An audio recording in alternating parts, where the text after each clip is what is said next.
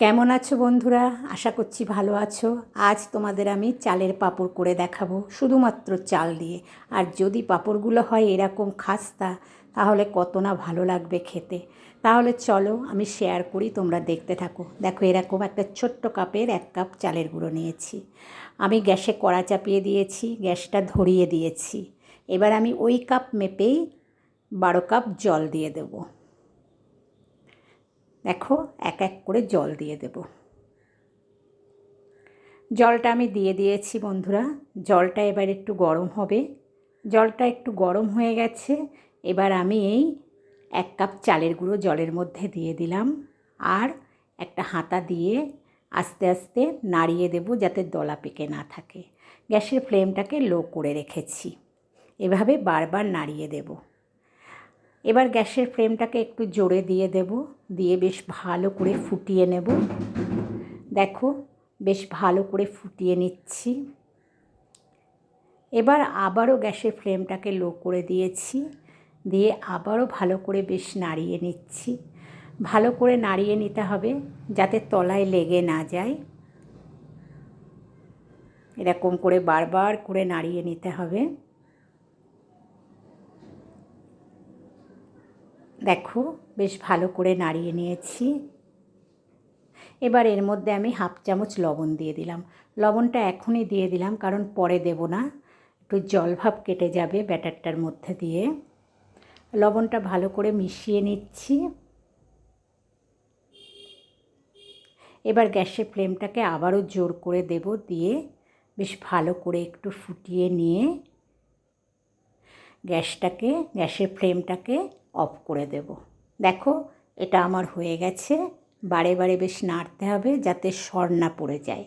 এবার এই ব্যাটারটা দেখো, আমি তুলে দেখাচ্ছি পাশ থেকে।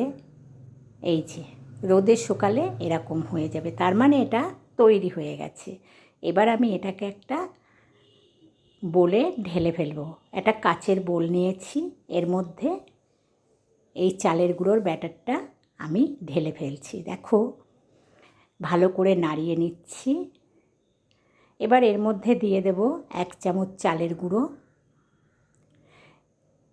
1 চামচ কালো জিরে, আর চিলি ফ্লেক্স দিয়ে দিলাম একটু, আর দিয়ে দেব ধনেপাতা কুচি। দিয়ে এটাকে ভালো করে বেশ ফেটিয়ে নেব।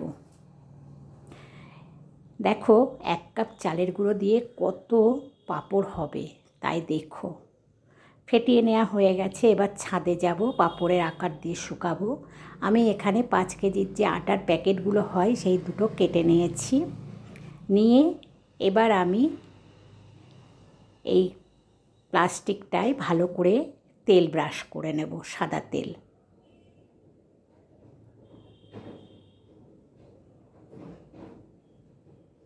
দেখো, বেশ ভালো করে সাদা তেল ব্রাশ করে নিচ্ছি।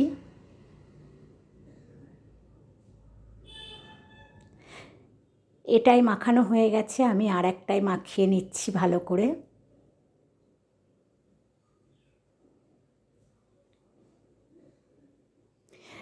তেলটা আমার ব্রাশ করা হয়ে গেছে। এবার আমি যে ব্যাটারটা করেছি, সেই ব্যাটারটা নেব, আর একটা ছোট হাতা নিয়েছি। এবার দেখো, এই হাতায় অল্প করে ব্যাটার নিয়ে পাঁপড়ের আকারে দিয়ে দেব। দেখো, এরকম হবে। আবারও আমি দিচ্ছি। দেখো,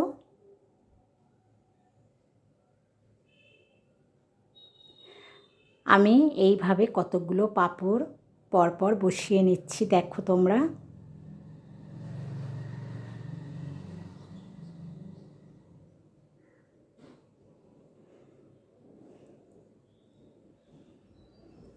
আর দেখতে কত সুন্দর হচ্ছে। লাল, সবুজ, কালো বেশ ম্যাচ করেছে। আর ডিস্টেন্স রেখে রেখে দেবে, যাতে মিশে না যায়।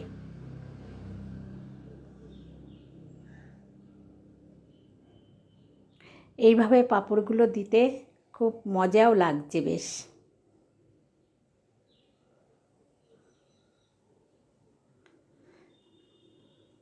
সব এক মাপেরই হচ্ছে।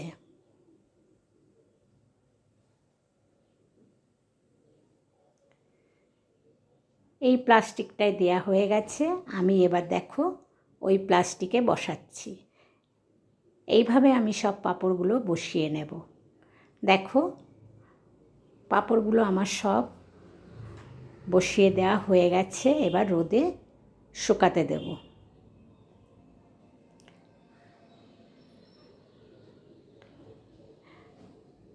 বিকেলবেলায় পাঁপড়গুলো আমি তুলেছি, কিন্তু একটু অল্প একটু নরম নরম ভাব আছে।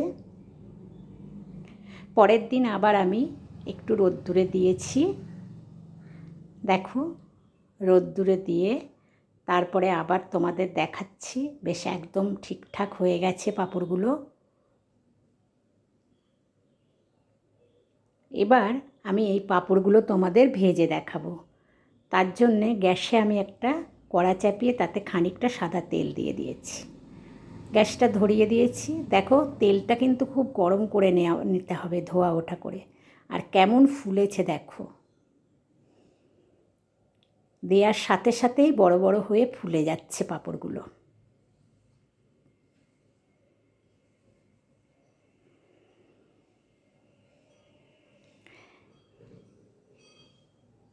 আবারও দিচ্ছি। এই সময় একটু মিডিয়াম টু লোতে রেখে দেবে, বেশ ভালো করে তেলটা গরম হয়ে গেলে। দেখো এইভাবে আমি সব পাঁপড়গুলো ভেজে নিয়েছি। আর দেখো সবটা ভাজিনি, কিছুটা খাওয়ার মতন ভেজেছি। আর দেখো এই পাঁপড় দেখাচ্ছি কেমন খাস্তা হয়েছে, একদম মুড়মুড় করে ভেঙে যাচ্ছে, মুখে দিলেই গলে যাবে। বাচ্চারা বড়রা প্রত্যেকে খুব ভালো খাবে। আর তোমাদের যদি এই রেসিপিটা ভালো লেগে থাকে বন্ধুরা, তাহলে আমার চ্যানেলটাকে একটু লাইক শেয়ার কমেন্ট করো আর একটু সাবস্ক্রাইব করো।